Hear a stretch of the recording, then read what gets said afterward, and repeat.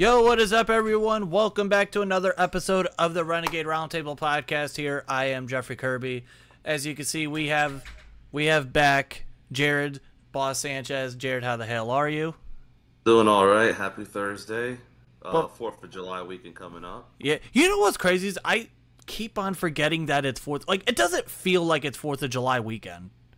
No, definitely does not at all. Like, so the city that I live in, so when you guys are seeing this, so for me and Jarryd, it'll be tomorrow, but for you guys, it'll be today, is our fireworks.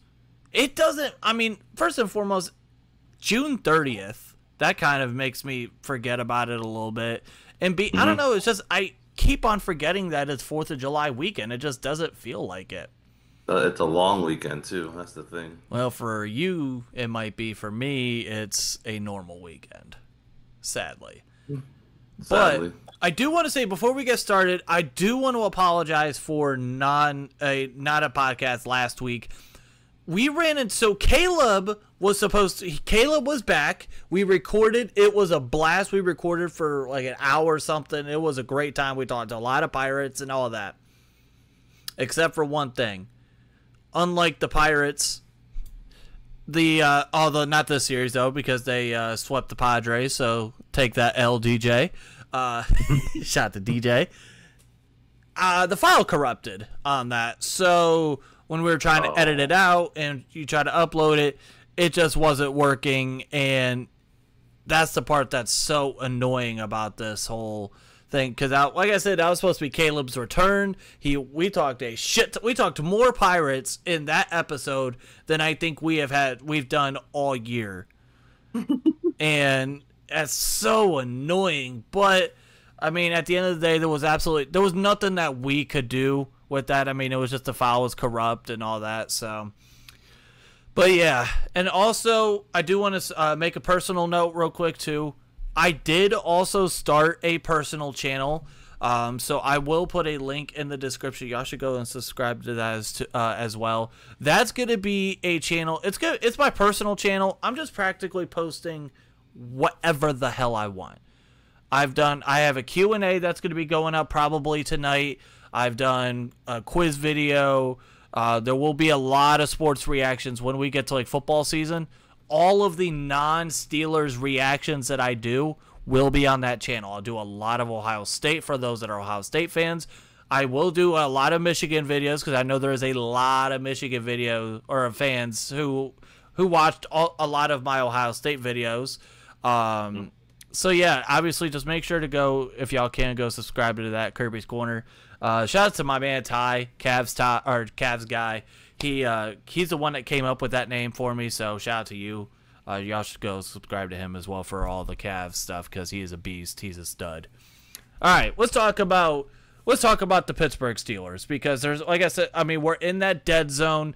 There's not really a whole lot to talk. Actually, you know what? Before we get started, before we get into football, as much as I hate to say it, congratulations to Domingo Herman on his perfect game. Man, I woke up to that this morning. I don't stay up late for those late time West Coast games because they go on forever. But when I woke up seeing that, I was pretty happy. Like, listen, I don't care. Like, and this is coming from an absolute Yankee hater, and especially a Domingo Herman hater. As much, yes, I could always say, oh, it was against the A's. They're one of the worst teams probably in history right now, blah, blah, blah. I don't care. They're still a major league professional team. To have a perfect game, the 25th or 24th perfect game in Major League Baseball history, it's pretty impressive. I mean, that's a cool feat to have. We haven't had one since, what, Felix Hernandez in like 2012 or something? Yep.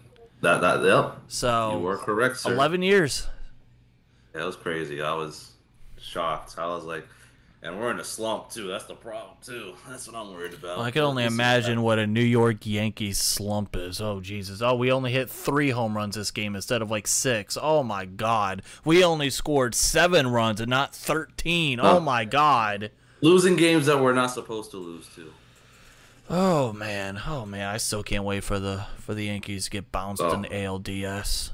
All right, whatever. We'll see what I still happens. can't wait. I'll see them in Tampa though, in August. That's when I'll see them play. Oh, do you do that yearly? Like you do I that? try to, at least one game a year. One or How two. far is Tampa from your house? 2 hours. Oh, okay. So that's a little bit shorter than like from me to Pittsburgh. So, because it's Pretty like much. 2.5 from my house to Pittsburgh. So, Not bad. Usually not bad. Just got to beat the traffic as always. which by the way, I need to check on something. We will get into football here in about 5 seconds. I just had a thought. I want to check on this real quick because we have our trip coming up. Which, by the way, get a little bit. I feel like this is a weekly thing. We just peel the curtain back just a tiny bit. We have 70 days till we will be with each other. We'll be linking up in the city of Pittsburgh. Jesus Lord. My Can dad does the tickets same get thing. any It's a cheaper? countdown. Or can they get any more expensive? Man. Oh man, we're playing a risky game. Yeah. Which Now I wait, what have were to you do. saying? You were saying something about your dad before I interrupted you. He's like he has a countdown too. It was like 74 days, a couple days ago, and he told me. I was like, yeah, we're gonna get there. Like, it's honestly shocking that we're already practically in July. Mm. Like, this is nuts. How Excited. quickly time is going. Excited, very excited, man. Can't wait for the new season for football, basketball. We'll see what happens with baseball. Well, speaking of football, and speaking of the Pittsburgh Steelers, and speaking of us going to the first game of the season, in your opinion, for the 2023 season, would just making the playoffs be good enough?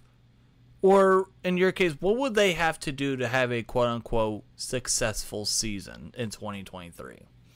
In Win a your playoff opinion, because game. I know there's a whole lot of different opinions on this. Oh, win a playoff game. Okay. God, please. So if they were to go to a Win wild one. card, they win the wild card, but get bounced in the divisional round, you'll consider that a do it. successful season. It's realistically it's Super Bowl what we want, but if I'm gonna be Well, yeah. realistic, it's gonna be a playoff game. Win a playoff game. We haven't won a playoff game since 2016. Yep, that long. 2016. I guess the Thought it was Chiefs, if longer. I'm not mistaken. Yes. Huh. Field goal game. That's crazy to think. Imagine hearing that. The Steelers beat the Chiefs in the playoffs. So it's like that, especially like nowadays, it's like, hold on, whoa, wait a second. Are we in a whole different dimension? Oh yeah. At That that was the time, field though, goal the game. Steelers had the Chiefs' number. At that time, there was just something about where they just couldn't stop us. Yeah, but that was the field goal game. I think. It Yeah, that was 2016. the Chris Boswell became a GOAT game. Listen, I don't care. That Win for win. 2017 Week 5 game or Week 6 game against the Chiefs, that game was insane. Oh, it was. Especially that Antonio. Speaking of Antonio Brown, He has But- a lot of problems going on. yeah, but at that time he was a problem on the field because he was just an absolute beast. But yeah, that catch, that was insane. But yeah, in my opinion, I would have to agree because while yes, we would. Imagine the last time we had a starting quarterback that was in the second season. Well, outside of Mason Rudolph, but he was a backup. We don't got that. We went to a Super Bowl and won. But obviously, in this case, I don't think that's what's going to happen. I do agree. In order for this season to be a quote-unquote successful season, get to the divisional round. And by that, I mean you're practically, because we all know they're going to have to go in a wild card game, get to the divisional round and win a playoff game. If you can do that, make incremental steps, here's my thing. Nowadays, when it comes to quote-unquote like incremental steps, I don't know if you really can follow that anymore because it's like back in the day where it's like, okay, you can, you get baby steps and then you grow into a championship team, where now it's like, it's just out of the blue. It can happen. Anything can happen. Anyone can And win. it's all going to matter, obviously.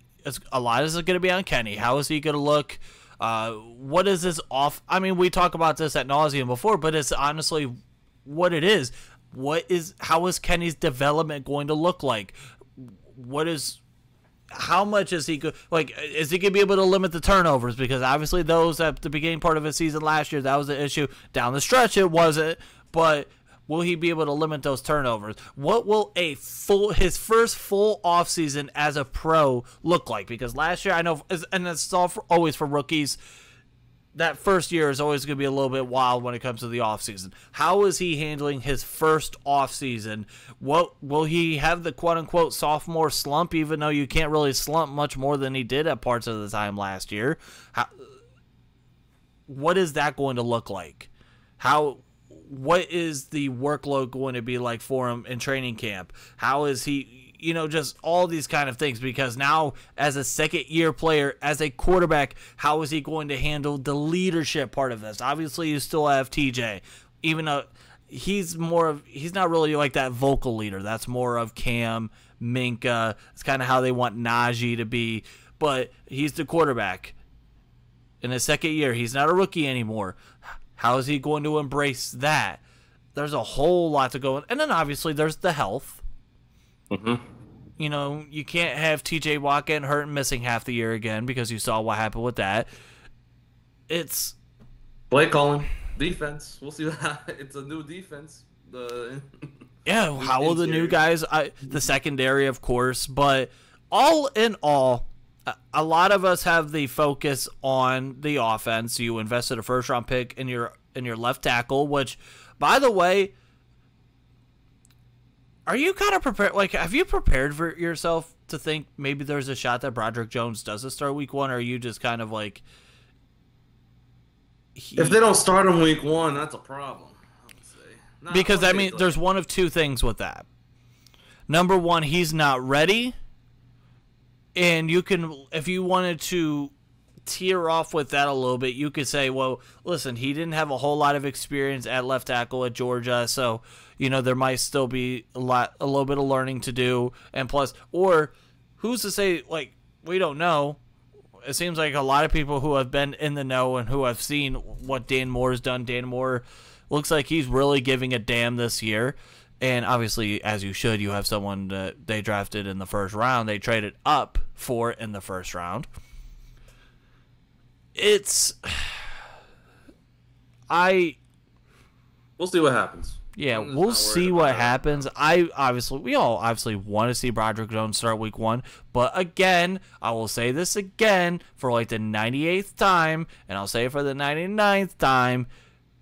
It's okay if Broderick Jones does it. He's not going to be the second coming of Trent Williams week 1. I'm sorry. And no pun intended, because we play San Francisco week 1. But he's not going to be. And if he somehow, some way is, then good. Holy shit! Then we have something. Then we're really rocking and rolling, because if you could get this offensive line to block, because not only. Here's the thing, and this is good. It turns into a Matt Canada thing. We all know that the Steelers want to run the football. We all know that's their philosophy. That's what they want to do. If you're able to run the football successfully, obviously the basic knowledge is the run is going to lead to the pass. Now you'll be able to have play action, blah, blah, blah. You'll be able to keep the defense on their toes. That is going to be vitally important. If you can get the run game going effectively, and then you're able to use some boot action and use some different play actions and misdirections and blase to open up the offense, okay. And that's the other part about this. Going back to Kenny Pickett and the whole, in his offseason, this is his first full offseason. He knows the playbook. This is the first time where he'll really be able to sit down with Matt Canada, be able to sit down with Mike Sullivan, and maybe vaguely sit down with Mike Tomlin and say, listen, this is what I like, this is what I don't like, maybe we should change this, blase. So this is the first time he'll be able to do that as well. We'll see how much more the playbook will be opened up, or how much more concepts we're going to see. We'll see. It better be opened up. Not say we'll see, it better be opened up. If I see the same offense from last year, I'm not expecting much. Yeah, we'll see. Listen, I'm just. You're just praying. Like, if it's the same. You know what? Here, if you believe in God, we're gonna do a quick prayer session. Lord, please help us. Please help us with this offense. We need help. Matt Country up north, I can't trust you. I say Matt Country up north. No, no pun intended, but goddamn, it is smoky as it. Which, by the way, real quick, pausing the prayer real quick, because I know you ain't dealing with this down there in Florida. Congratulations to you and all your success. Up here in Northeast Ohio, it is smoky over here. What's going on with the AQI over there, huh? It is it's not as bad today. Like the air quality, like here, I'll tell you what the air quality is right now. On the weather app, the air quality right now is 181, which is better than yesterday, but it's still in the unhealthy territory. Yesterday we were sitting at like the 260, 280 mark. It was bad. Like I went yesterday to go to the driving range, because Wednesdays are my driving range days. I was out there for like an hour, and I'm like, oh, boy. Like, I probably shouldn't have done that. Like, it is bad. And I could only imagine, like, how it is up close. I mean, it's affecting baseball games. It was, yeah. If I'm not mistaken, the Pirates game got postponed. There was other games that got postponed throughout. I mean, even the first wave, and now it is wild. But I do, obviously, prayers to everyone, especially in Canada, who are being affected by this. And here comes the Californians. Oh, we're used to this. This is a normal day. It's like, congratulations. I didn't know you wanted to brag about foggy, smoky ass air. Sorry, I didn't know this was a bragging contest. What is this, WWE bragging rights coming back? What is this, 2010? Oh, my God, 2010. Oh, my Lord. God, sometimes Californians piss me off. Anyways, we hope the offense gets better. Back to the regularly scheduled program. Hopefully, they do run the ball, more play action. I would love some more play action. Let's use that middle of the field more often, please. Don't avoid it. Don't do these out routes too many times, please. Let's not forget about the jet sweeps. The 200 jet sweep I see a game. Oh man, I'm surprised someone hasn't made like a jet sweep merch, like a jet sweep pun shirt or something.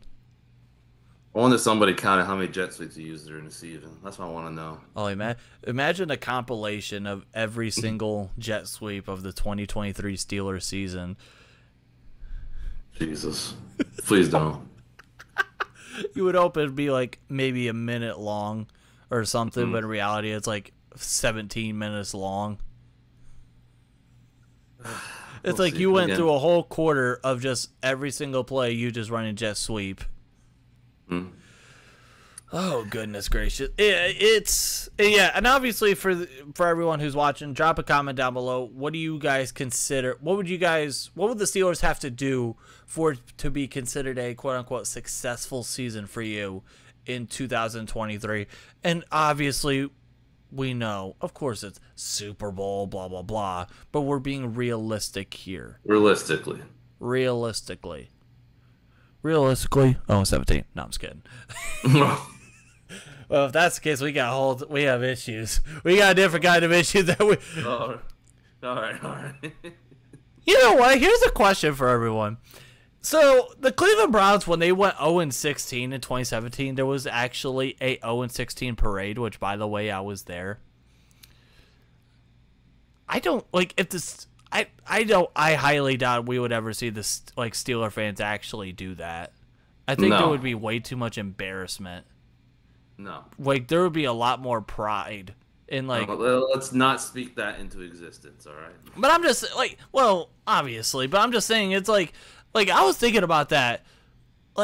Imagine your fans having an 0-16 parade. Which, by the way, it was cold. It was cold as shit when we went to that. It's just another reason to go out and drink, is what I see it.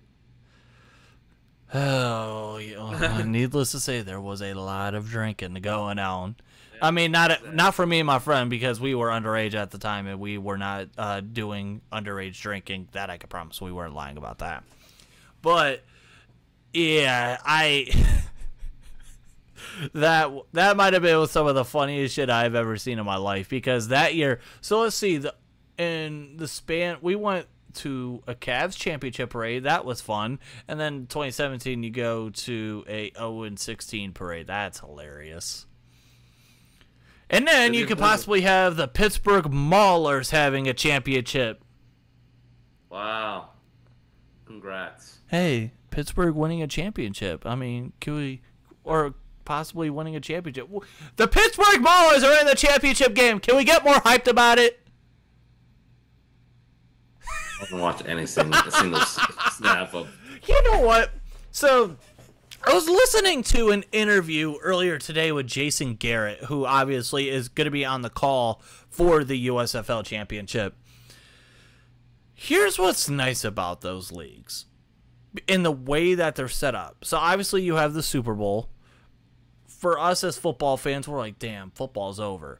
But then it's like, hey, we have something that might be able to give us our football fix for a little bit, in a way. Where obviously it's not going to be the NFL.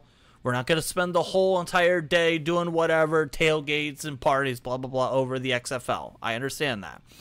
But it gives you that little bit of fix, and then you get into draft season. And then that's where you get your football fix there. Then you get to the USFL, where it's like, okay, yes, we all like football. We all love football. But we want a little bit of a break from it.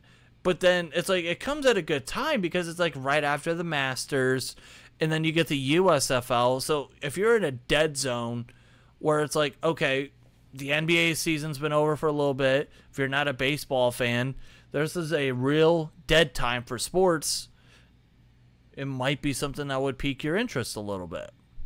And on top of that, it gives these players a good opportunity. Like, I like that. For someone where it's like they'll be able to play and then give the opportunity to put something out on tape and see if a team will be able to pick you up and you can make it to a camp or something like that. I mean, it happened with the Steelers, so it can happen. You have, I want to say, the Cowboys. His last name was Turpin or something. He was a USFL or XFL. I think it was a USFL guy. Got picked up by the Cowboys. He was a Pro Bowl special teamer. Turpin. So you never know. But yeah, I like that. I like those. I mean, it's good. I'm not gonna sit here and act like I watched every single game, because obviously I'll be honest, I did not. But I did watch a little bit of it. I don't watch it. Baseball's on, so. Well, I forgot. Even though you're in Florida, you could watch Yankee games, because they're just gonna shove Yankees Red Sox down our absolute throat on Sundays. Oh my God. Okay, let me ask you this, as a Yankee fan. So, you've been a Yankee fan your whole life, right? Yep. Okay. During the, I know you were a little bit younger, but in that mid-2000s, when that rivalry was really heated and oh, it was fun to watch. I mean, do you actually have real hatred for the Red Sox? It's not the way it used to be, though. I have hatred, but it's not like what it used to be back in the 2000s and 2010s, I guess, for a little bit. But because there was a point of time where the Red Sox were really good, and then the Yankees were terrible, and then the Red Sox were bad, and the Yankees were good. Hold on, time out.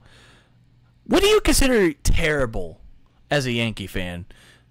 Consider terrible? 80 wins, 85 wins? Is that considered terrible, god awful, pitiful? Exactly. But during the 2010s, 11, 12, 13, 14, it wasn't good at all. We weren't good. We were okay. Not until Aaron Judge came on the scene. That's when the Yankee fan base went back up.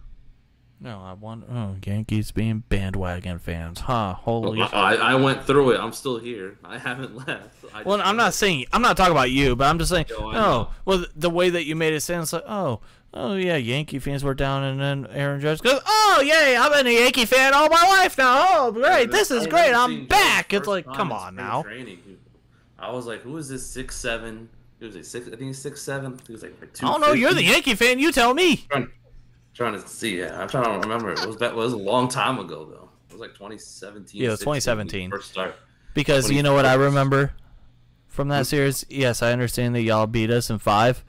I still remember our pitching staff absolutely shutting him down the whole entire series. He did absolutely nothing. All right, you want to go back to football now? I love how that works. I started talking about how the Guardian at the time India started shutting down Aaron Judge. All right, let's talk about football again. You know what that's like? That's like in a relationship. If the girl asks you, it's like, hey, why did you spend so much on this and that? And then the guy just starts bringing out receipts. He's like, no, it's okay. Enjoy, have fun. No harm, no foul. It's like, yeah, I wonder why. That's what that was. But yeah, obviously you guys wanted to let us know what you guys would say is considered a successful season for the Steelers. All right, so this was something that I saw that was interesting. So Mike Clay from ESPN, they put out a thing earlier today ranking NFL rosters for the 2023 season. We're going to go through some of these until we get to the Steelers. So number 1 is Kansas City. Okay, I mean, for the most part, I best roster? I mean, if you want to say best team, yes, okay, best roster, I'm not fully sure, but still a pretty damn good roster. And then you got Philadelphia at number 2, Buffalo at number 3, Miami at number 4. So we're at 4. So we're number 4. There's already 3 AFC teams, which says something about the AFC and the NFC. Then you get to number 5, Cincinnati. So in terms of the division, okay, I don't think any of us are really going to argue about them. Number 6, the Dallas Cowboys. Number 7, the Los Angeles Chargers. Interesting. Number 8, the San Francisco 49ers. I thought they'd be higher. Number 9, the Cleveland Browns. They're always paper champs, so I'm not going to... Yeah, at first I saw this and then I got instantly pissed, and then I thought about it for a half a second. I'm like, on paper, the Browns do have a top 10 roster. Mm-hmm. I mean, you look at Deshaun Just Watson, performance. Nick Chubb. Nick Chubb's, in my opinion, the best running back in the NFL. Mark Cooper's a pretty damn good wide receiver. They have a very good offensive line. And then defensive, I mean, Myles Garrett. I could give him that. Denzel. Hey, O-H. Denzel, former Buckeye. So I got love for him. But I mean, yeah, on paper, they look pretty damn good. But on the field, different story. We know how that's gonna go. See how it happens. Well, I can't, we'll see what happens. I can't discredit them. We'll see what happens. And then number 10, the New York Jets. Who they got on defense? Quinn Williams, C.J. Mosley, Sauce Gardner, DJ Reed, Jermaine Johnson. Okay. Number 11, the Baltimore Ravens. I think they're too high, for sure. So, and then spoiler, the Steelers are 14. So in this ranking, the Steelers have the worst roster in the AFC North. I guess they can argue with that because of, I don't know, their defense. It doesn't, Ravens defense. Who's really scary on that side? They said for the Steelers, the strongest unit is the edge rusher. T.J. Watt missed a chunk of last season, but the 28-year-old remained an impact when healthy, and led the NFL with 70.5 sacks over the last 5 seasons. Running mate Alex Highsmith finished 6th in the league with 14.5 sacks. And then underrated veteran Marcus Golden, who has 3 10-plus season or sack seasons, and youngster DeMarvin Leal and Nick Herbig provide solid depth. And then they say the weakest is off-ball linebacker, which we have talked about ad nauseum. That probably is the weakest part of this team. And then they mentioned the X factor is George Pickens. To me, the X factor, I mean, if we're talking, obviously the X factor has got to be, I think on every team's going to be the quarterback, but if you're talking non-quarterback, I'd almost say Najee.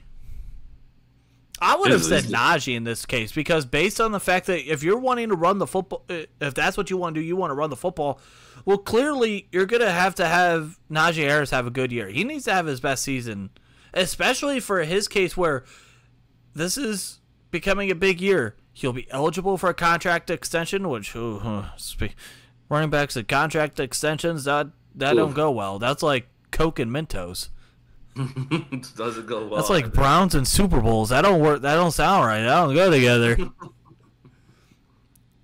But we'll see what happens. I don't know. Yeah, X Factor would be Najee though. It's a big year for him this year. Yeah, I would think that Najee would be the X Factor. And then just going down the list again, I'm just kind of looking through. Let's see we could kind of tell who would be the worst roster. So the Cardinals are the worst roster in football.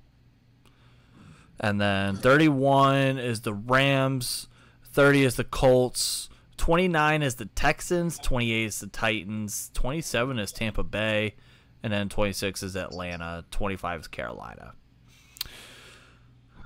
So yeah. Which, by the way, here, you know what? I just had a thought. This is something I want to talk about with you real quick, because it's relevant for me and Jarryd today. So they're coming out. So there was, I want to say, a list of, let's see how many players. There were a list of players who were suspended for betting. For including, obviously, people know about Isaiah Rodgers from the Colts.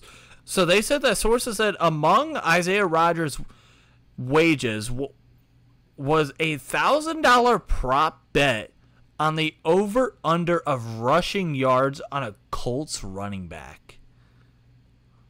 Terrible. Holy shit. Imagine if imagine if he bet the under. Like, if he bet the under, and then you realize it's like, oh shit. That's stuff that gets you kicked out of the league for good, because that is like Pete Rose stuff. Mm-hmm. I don't know. Like, what's the point? And here's my question when it comes to all the, and I hate Twitter sometimes, especially in my phone, because every time I try to, I'm swiping through to get through, I'm trying to find the list here. Here we go. It's like you barely swipe it and it just goes away. So this was from Adam Schefter earlier today. It says the updated list of players gambling suspensions in the last 2 years, with it, and then 2 categories. This first one is with at least 1 year indefinite suspension. Calvin Ridley, we already knew about that. Isaiah Rodgers, Rashad Berry, which, fun fact, my school played against him my sophomore year. He was a beast. Went to Ohio State. Demetrius Taylor, C.J. Moore, Quintez Cephas, and Shaka Toney. And then there's 3 guys who have 6-game suspensions for non-NFL bets, but were done at the facility.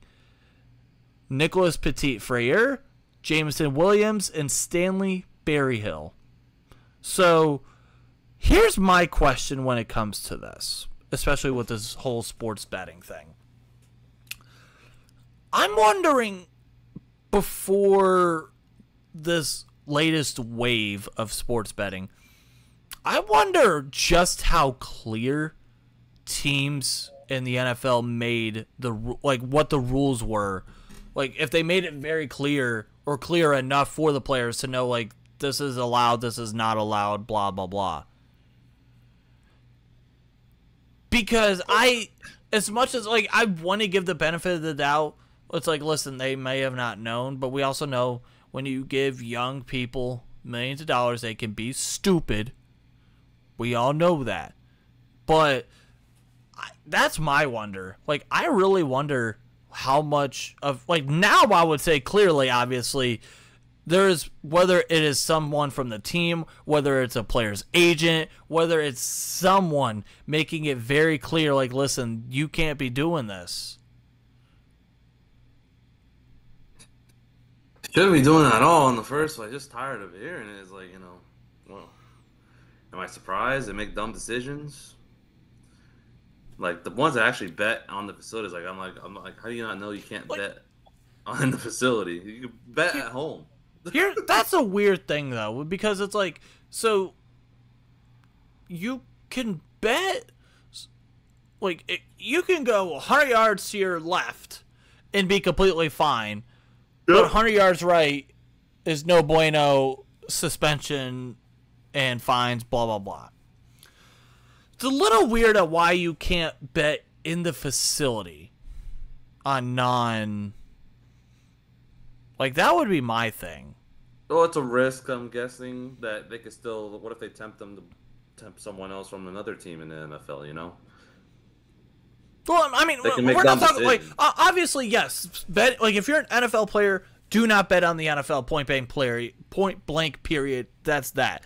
But, like, say, for an example, like, like, imagine, like, if someone wanted to make a bet on... I don't know, like in the UFC or something. I don't know. In the facility, it's a little weird because it's like, I don't know. To me, that's just a little bit weird of a rule. And that's where I could see where people and the players are like, they may have not been fully clear on it at the time when they were